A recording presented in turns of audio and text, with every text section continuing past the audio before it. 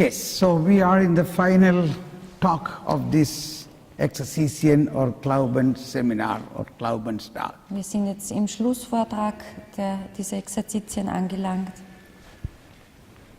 We are in preparation to the Easter. Wir bereiten uns auf Ostern vor. Yes. It is a big celebration. Easter is a big celebration. That is the main celebration. Ostern, das ist ein sehr großes Fest, eigentlich das Hauptfest. But what do we have to do with our own life with Easter? Aber was hat unser eigenes Leben mit Ostern zu tun? Yes. This whole fasting time, every day we are reflecting about this aspect, how to change our life. Also diese gesamte Fastenzeit geht es darum, sollen wir betrachten und nachdenken, wie wir unser Leben ändern können. Yes. Now I am going to speak something which may not be very beautiful for us to, or it may not be very sweet to hear. Also ich werde jetzt über etwas sprechen, was nicht so angenehm sein wird vielleicht. Yes. Because all of us are of the impression that to change ourselves we have to do by our own power. Denn die meisten von uns haben diese Einstellung, dass wenn sie sich ändern müssen, müssen sie etwas durch eigene Kraftanstrengung machen. We instruct everybody, you should not do this, you should not do this, you should not do this, you should not do this, this is Und not wir good. weisen auch andere an, du sollst dieses nicht tun, du sollst jenes nicht tun, das ist nicht gut und das passt nicht. And when we repeatedly tell to somebody and when they do it again, we become angry. Und wenn wir es wiederholt jemandem sagen, das ist nicht gut, was du tust, und er tut es trotzdem, dann werden wir wütend. This is not Christian, this attitude. Diese Einstellung ist nicht christlich. I told in the beginning, if we obey 10 commandments and live, we think we will be holy, but that is not true. Ich habe euch schon am Abend gesagt, wir glauben, wenn wir die 10 Gebote halten, dann reicht es, um heilig zu sein, aber das ist nicht wahr.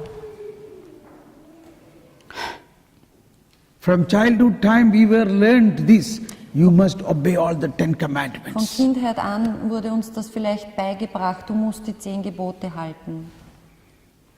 So we are in that thinking. Darum sind wir in diesem Denken verhaftet. So during the fasting time, this also will be taught to us about the 10 commandments. Und auch in dieser Fastenzeit wieder werden wir über die 10 Gebote hören. So I said at the beginning of this seminar, if we obey the 10 commandments and live by the 10 commandments, then we become only a Jew, not a Ich Christian. habe es auch am Beginn des Seminars schon gesagt, wenn wir die 10 Gebote halten und wenn wir nur den 10 Geboten gehorchen, dann sind wir einmal nur Juden. Are you shocked? Seid ihr schockiert? Then what means a Christian? Also was bedeutet es, Christ zu sein? A Christian lives more than 10 commandments. Ein Christ, der befolgt mehr als nur 10 Gebote. Or rather, he live only one commandment. Oder besser gesagt, er lebt eigentlich nur ein Gebot. Yes. And that is what Jesus brought. Und das ist dieses Gebot, was Jesus gegeben hat. And that is what in the Holy Eucharist. Das ist, worum es auch in der Heiligen Eucharistie geht. Jesus said, this is my commandment. Jesus sagt, das ist das Gebot, das ich euch gebe. Love one another as I loved you. Liebt einander, so wie ich euch geliebt habe. This love is not something like what we think. Diese Liebe ist nicht etwas, wie wir uns das denken. This love has a transforming power.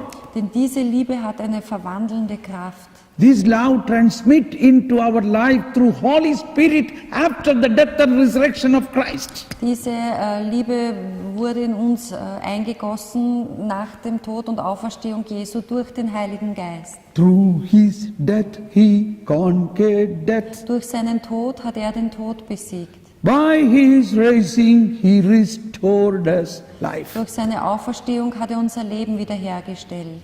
This experience is a Christian life. Und diese Erfahrung ist das christliche Leben. So throughout this Lenten season we will be recognizing two sides of these commandments. Commandments given by Moses and commandment given by Jesus. Und in dieser Fastenzeit stehen sich die verschiedene Gebote gegenüber. Einerseits das Gebot des Mose und andererseits jenes Gebot, das Jesus gegeben hat. At the time of Moses' commandment had mainly commandment, and if you don't obey you will have punishment. Zur Zeit des Mose gab es eben Hauptgebote und wenn die nicht befolgt und eingehalten wurden, erfolgte eine Bestrafung. So you can see in the book of Numbers and all, a man who plucked firewood on a Sabbath day, and because it is a big sin, so he was stoned to death.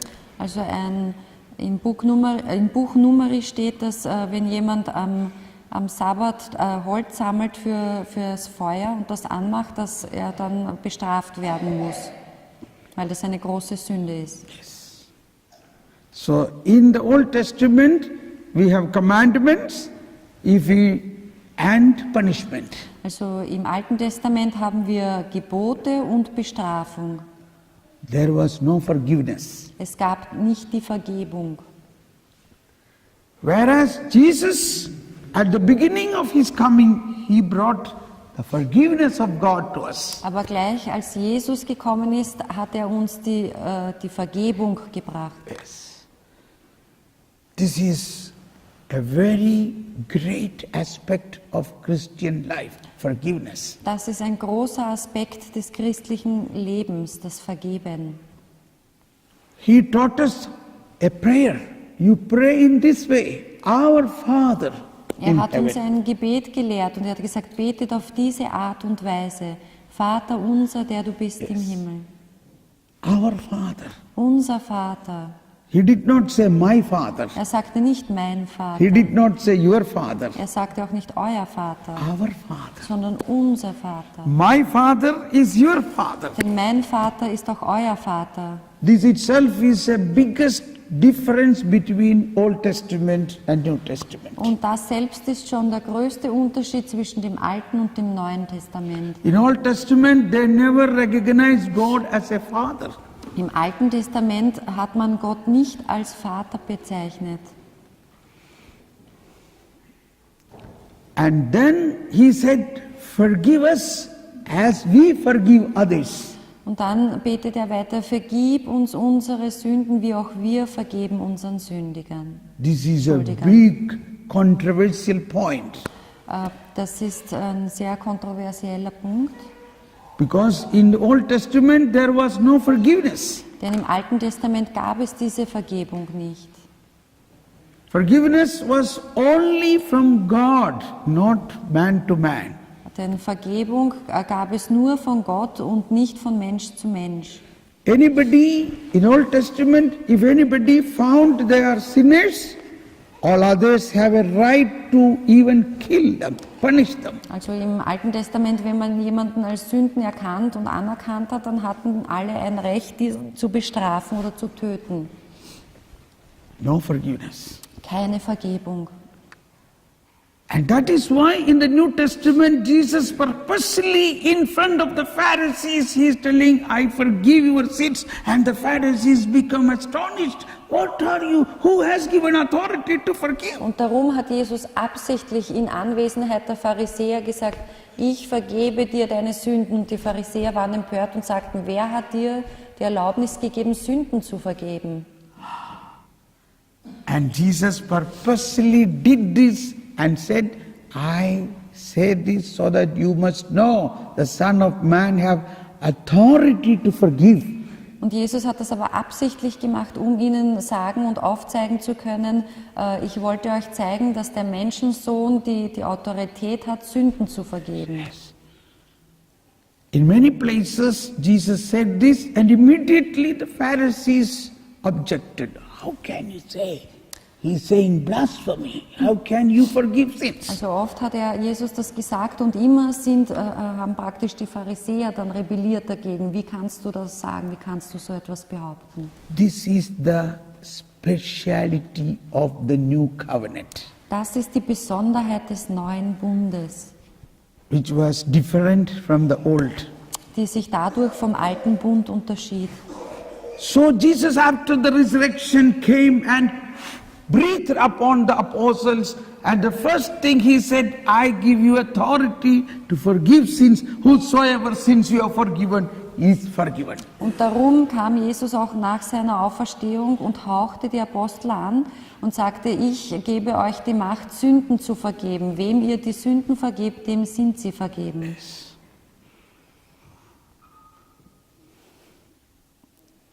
And in Hebrews chapter 8 verse 7, St. Paul says, if the Old Testament was fully enough, why there was a New Testament? In Hebräer Kapitel 8, Vers 7 sagt der Apostel Paulus, wäre nämlich jener erste Bund ohne Tadel, so würde man nicht einen zweiten an seine Stelle zu setzen suchen.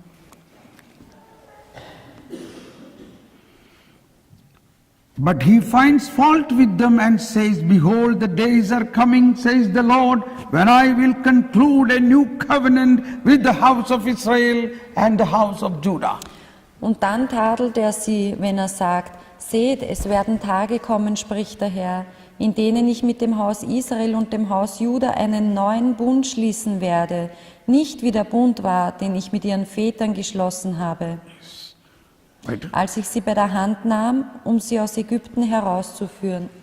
Sie sind nicht bei meinem Bund geblieben, und darum habe ich mich auch nicht mehr um sie gekümmert, spricht der Herr. Das wird der Bund sein, den ich nach diesen Tagen mit dem Haus Israel schließe, spricht der Herr. Ich lege meine Gesetze in ihr Inneres hinein und schreibe sie ihnen in ihr Herz. Yes, this is special about the new covenant. Das ist ganz besonders vom neuen Bund gesagt. I will put my laws in their minds. Ich lege meine Gesetze in ihr Inneres I hinein. will write them upon their hearts. Ich schreibe sie ihnen in ihr Herz. This is done through the Holy Spirit. Und das wird durch den Heiligen Geist vollbracht. The fire with which the commandment was written at the time of Moses was not on the heart, but on a stony tablet. Also die Art und Weise, wie die 10 Gebote auf die Tafeln geschrieben wurden, war nicht dieselbe Art, das gleiche Feuer, mit dem es in unsere Herzen gebrannt wurde. It was written on a stony tablet. Sie wurden auf eine Steintafel geschrieben. But in the New Testament, on the day of Pentecost, this law became fire in the heart of the Aber zu apostles. Pfingsten wurde dieses Gesetz, dieses Gebot mit Feuer in unsere Herzen eingebrannt. And that happens in every one of us. Whoever is filled with this Holy Spirit after the death and resurrection of Christ, there the new covenant is written in our heart. Das geschah nicht nur mit den Aposteln, sondern das geschieht mit jeden Einzelnen von uns, dass diese Gesetze des neuen Bundes auf unser Herz geschrieben werden. This is the working of the Holy Spirit. Das ist das Wirken des Heiligen Geistes. And then we continue, I will be their God and they shall be my people. Und dann heißt es weiter im Text, ich werde ihr Gott sein und sie werden mein Volk sein. And they shall not teach each one his fellow citizen and kinsman, saying, know the Lord, for all shall know me from least to the greatest. Keiner wird mehr seinen Mitbürger und keiner seinen Bruder belehren und sagen, er erkenne den Herrn, denn sie alle, klein und groß, werden mich erkennen. And the next two words are very important. Und die nächsten Worte sind sehr wichtig. For I will forgive their evil doing and remember their sin no more. Denn ich verzeihe ihnen ihre Schuld und an ihre Sünden denke ich nicht mehr. Praise the Lord. Hallelujah. I will not remember their sins anymore. Ich werde nicht mehr an ihre Sünden denken. We are remembering. We are keeping it in our head. Wir selbst behalten die Sünden in unserem Gedächtnis. God do not remember our sins. Aber Gott erinnert sich nicht an unsere Sünden. That is the new covenant. Das ist der neue Bund. I forgive their sins Ich vergebe die Sünden and I do not remember them at all. und ich denke nicht mehr an sie. Now, a very special thing which I don't know whether you will be able to believe this. Und jetzt noch etwas ganz Besonderes. Ich weiß nicht, ob ihr fähig sein werdet, das zu glauben. St. Paul says, when he speaks of a new covenant, he declares the first one obsolete. Er sagt, indem er von einem neuen Bund spricht, hat er den ersten für veraltet erklärt. And what has become obsolete and has grown old is close to disappearing. Was aber veraltet und überlebt ist, das ist dem Untergang nahe. I am saying this after 3 days speaking about the wisdom of God. Ich sage das jetzt erst, nachdem wir 3 Tage lang über die Weisheit gesprochen haben. Only through the wisdom of God we can understand this. Denn nur mit der Weisheit Gottes können wir dies verstehen.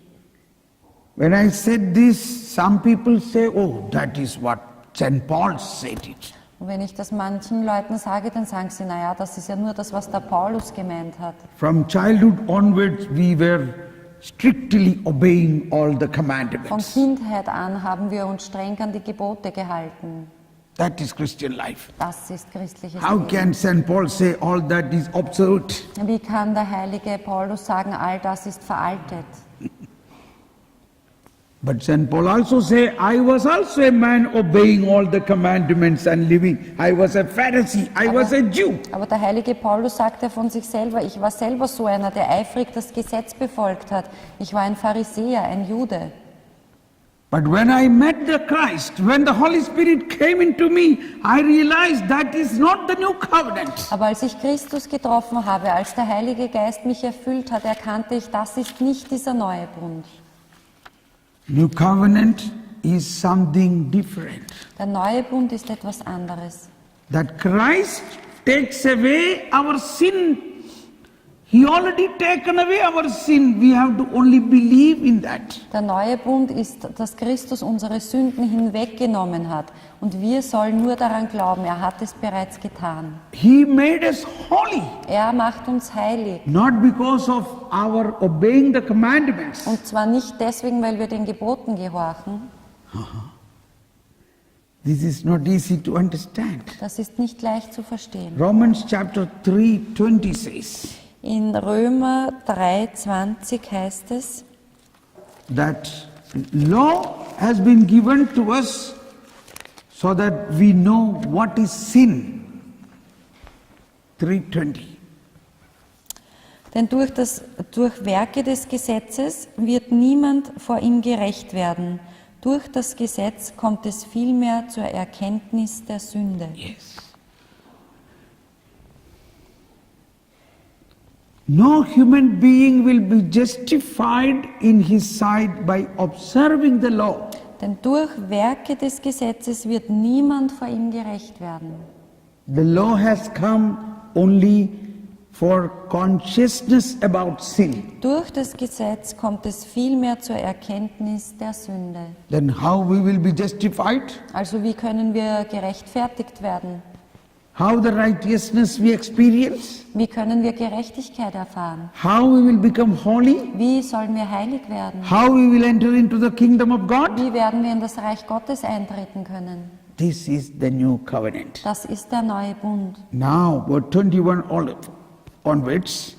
Ab Vers 21. But now the righteousness of God has been manifested apart from the law. heißt es, jetzt aber ist unabhängig vom Gesetz die Gerechtigkeit Gottes offenbart worden. Underline that. Das müsst ihr unterstreichen, unabhängig vom Gesetz. Yeah.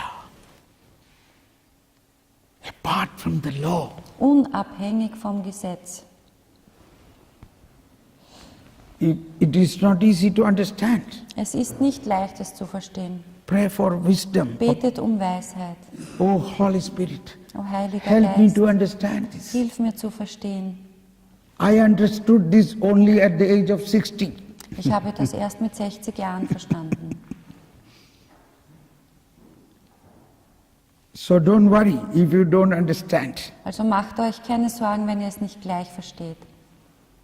But Holy Spirit will surely give us this understanding. Der Heilige Geist wird uns sicher das richtige Verständnis geben.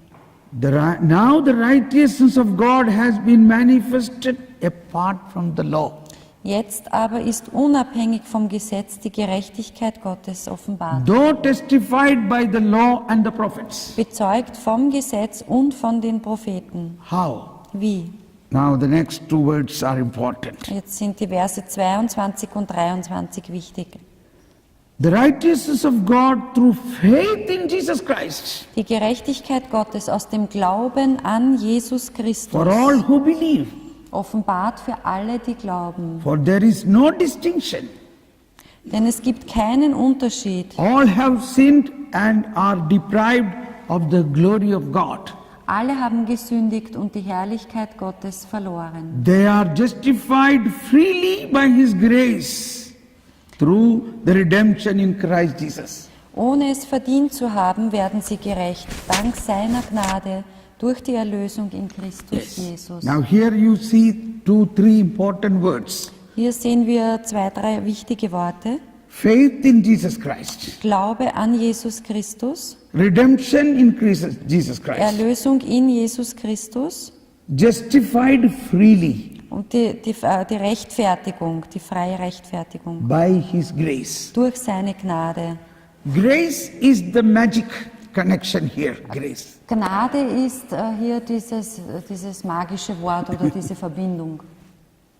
Grace, I explained the first or second day, grace is the participation of divine life into human life. Die Gnade ist, wie wir gehört haben, die Teilhabe der göttlichen Natur an der menschlichen Natur.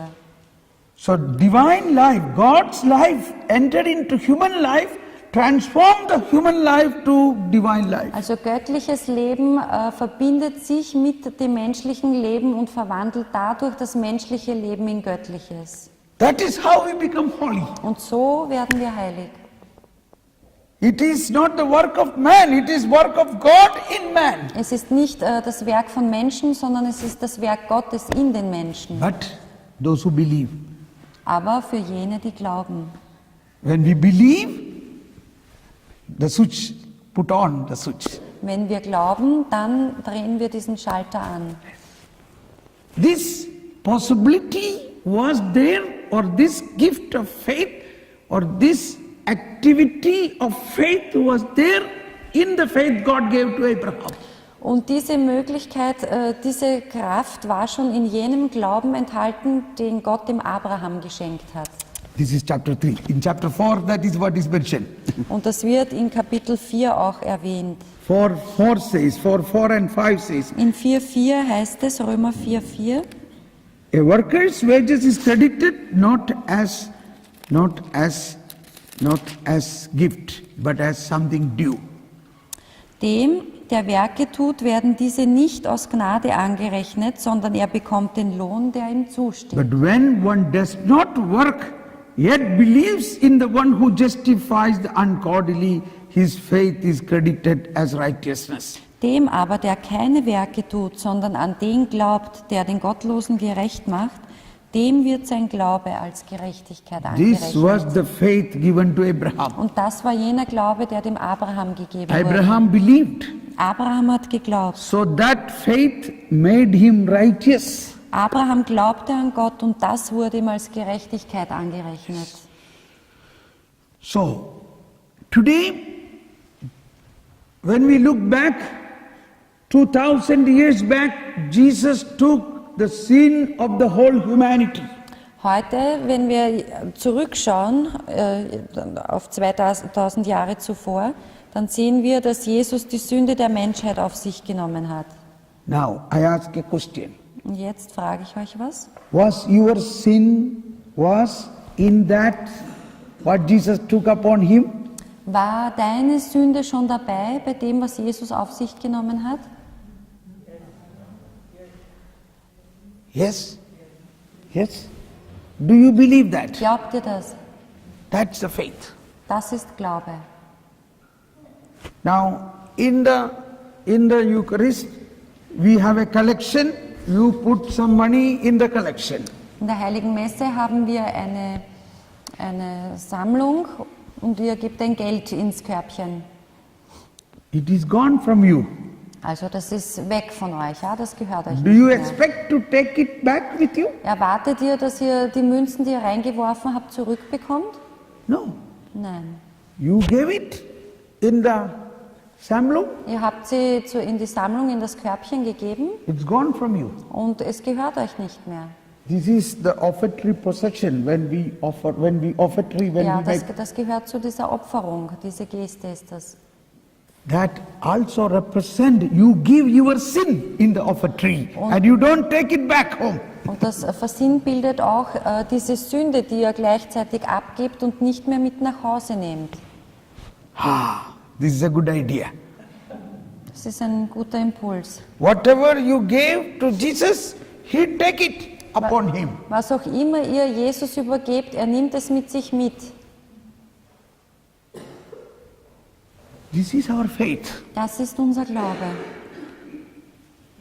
Jesus took the sin of the world. That means that is the sin what the original sin what Adam committed. Jesus hat die Sünde der Welt auf sich genommen. Das bedeutet die Ursünde, die Adam begangen hat. So when you believe in that, your sin is taken away. Und wenn ihr daran glaubt, dann ist eure Sünde auch hinweggenommen. Now, once you really believe this, you cannot do sin anymore. Und wenn ihr wirklich einmal den Glauben, den wahren Glauben daran bekommen habt, dann könnt ihr auch nicht mehr You sündigen. cannot sin. Ihr könnt nicht mehr sündigen. That is the power God is giving to Und us in das the ist New dann die Testament. Kraft, die Gott uns gibt im Neuen Testament. So in 1 John, John's letter, 1 John chapter Im 3, 1. 9 says, Johannesbrief 3,9 heißt es, jeder, der von Gott stammt, tut keine Sünde, weil Gottes Same in ihm bleibt. Er kann nicht sündigen, weil er von Gott stammt. he cannot Er sin. kann nicht sündigen. Because Christ has given the fullness of Gnade, fullness of grace. Er kann nicht mehr sündigen, weil Christus die Fülle seiner Gnade geschenkt hat. This is the ideal situation, the best situation. Ja, und das wäre das Optimum des christlichen Lebens. We are aiming to that, Und wir sind auf das zielgerichtet. but we are not yet Aber wir reached. sind noch unterwegs, wir sind noch nicht da ganz angekommen. The power of Christ has power to cut the sin from the root. Die Kraft Jesu Christi hat die Macht, uns von der Sünde abzutrennen And transform our life. und unser Leben zu verwandeln. Like water become wine. So wie Wasser zu Wein verwandelt wurde. So, now I bring you another incident in the Bible. Ich bringe euch jetzt einen anderen Vorfall aus der Heiligen Schrift. Jesus or the Pharisees brought a woman who was caught in adultery. Die Pharisäer brachten eine Ehebrecherin And they, according to their law, such sinners must be stoned to death. und entsprechend ihrem Gesetz musste so eine Ehebrecherin zu Tode gesteinigt werden. So they have brought big stone to kill her. Und sie brachten große Steine mit sich, um sie zu töten. Now they are asking, Jesus, what do you say? According to our law, we must kill her. Und sie sagten, na Jesus, was sagst du jetzt? Also entsprechend unserem Gesetz müssen wir sie töten. Jesus is silent Jesus schwieg, because he has come not to condemn the world, but to save the world. Denn Jesus kam nicht, um zu verdammen oder verurteilen, sondern um zu retten. That is what Isaiah prophecy says, my servant was blind. Das ist auch, was Jesaja sagt, mein Knecht war blind. Who is war so- blind like my servant? Wer ist so blind wie mein Knecht? Who is so deaf like my servant? Wer ist so taub wie mein Diener? This Pharisee found the sin of that woman. Jesus did not find. Die Pharisäer haben herausgefunden, was die Sünde dieser Frau war, Jesus nicht. That is the Pharisee nature. Das ist diese pharisäische Natur. They keep on finding who is doing the sin, who is doing the sin, who is disobeying the Sie commandments. stirlen und suchen, wer sündigt und wer begeht welche Sünde.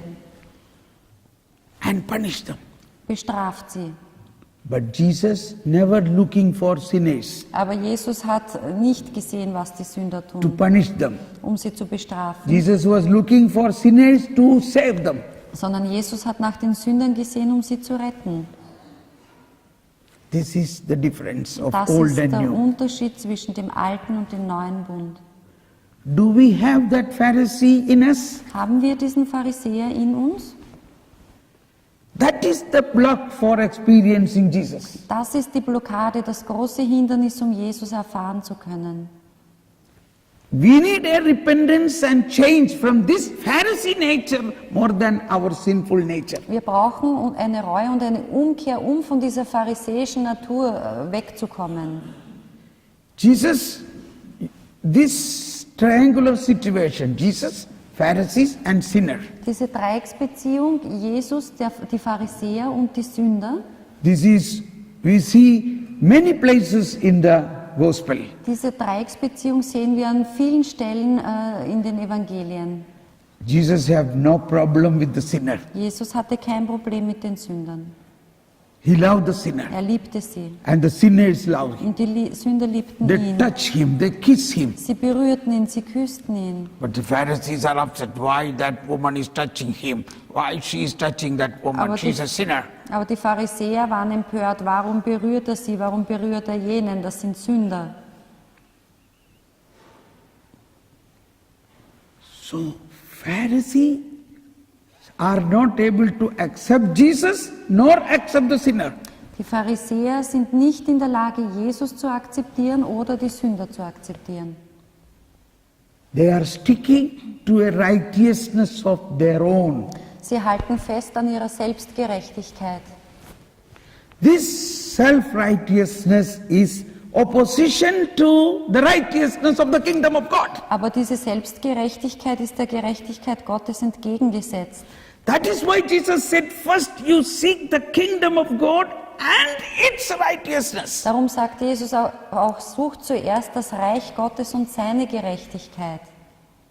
The righteousness of God Nämlich diese Gerechtigkeit Gottes. is opposite to the righteousness of the Denn Pharisees. diese ist entgegengesetzt der Selbstgerechtigkeit der Pharisäer. It is in this context Jesus said someplace that the one who is not with me is against me. Und in diesem Kontext meinte es Jesus auch an einer Stelle, wenn er sagt, der nicht für mich ist gegen mich. Sinners are with Jesus. Die Sünder sind für Jesus. So that is not about sinners. Also es geht hier nicht um die Sünder. But Pharisees are against Jesus and against sinners. Aber die Pharisäer sind sowohl gegen Jesus als auch gegen die Sünder. So what he spoke was about the Pharisee nature. Also worüber er sprach, das betraf diese pharisäische Natur. Now here we can see in this event of Pharisees going to stone the sinner, Und in diesem Ereignis, wo die Pharisäer die Ehebrecherin steinigen wollten, können wir sehen, this is one of the last such incident in the Gospels. also das war eines der letzten solcher Ereignisse in den Evangelien, Chapter 8 in John's Gospel. im Johannesevangelium Kapitel 8. Here, Jesus was silent, but then they were still shouting it. Then Jesus said, okay, stone her.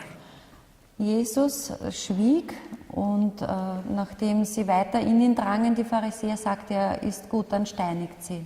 But Aber the one who has not done a sin, let him first stone her. Then the derjenige others. von euch, der keine Sünde hat, der soll den ersten Stein werfen. Wisdom, wisdom. This Das is ist wisdom. Weisheit. So they were so much ready to stone her Also sie waren völlig bereit, die Steine zu schmeißen. because they are so sure, because that is according to their law. They must do that. Denn sie waren überzeugt davon, sie sollen das tun, das ist ja ihr Gesetz.